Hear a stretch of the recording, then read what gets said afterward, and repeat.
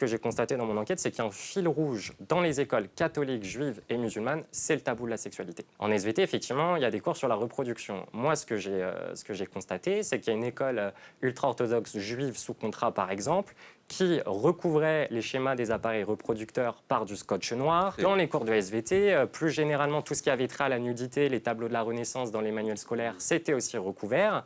Là, typiquement, on contrevient, encore une fois, au respect de la loi Debré, puisque le respect de la loi Debré implique le respect du programme de l'éducation nationale. Depuis un certain nombre d'années, les associations catholiques, effectivement, font intervenir des associations maisons qui ne bénéficient pas d'un agrément. Et ces associations, effectivement, elles soutiennent l'anthropologie chrétienne, c'est-à-dire l'idée selon laquelle la vie, c'est sacré, donc l'avortement, c'est mal. L'idée selon laquelle les filles aussi doivent faire attention à leur manière de se vêtir. L'association Cyclocho XY qui intervient dans les écoles, collèges qui est très décriée, cette association Cyclocho. Et il y a une intervenante, j'en parle dans le livre, une intervenante de Cyclocho qui dit aux filles de faire attention à leur manière de se vêtir pour aider les garçons à gérer leur érection.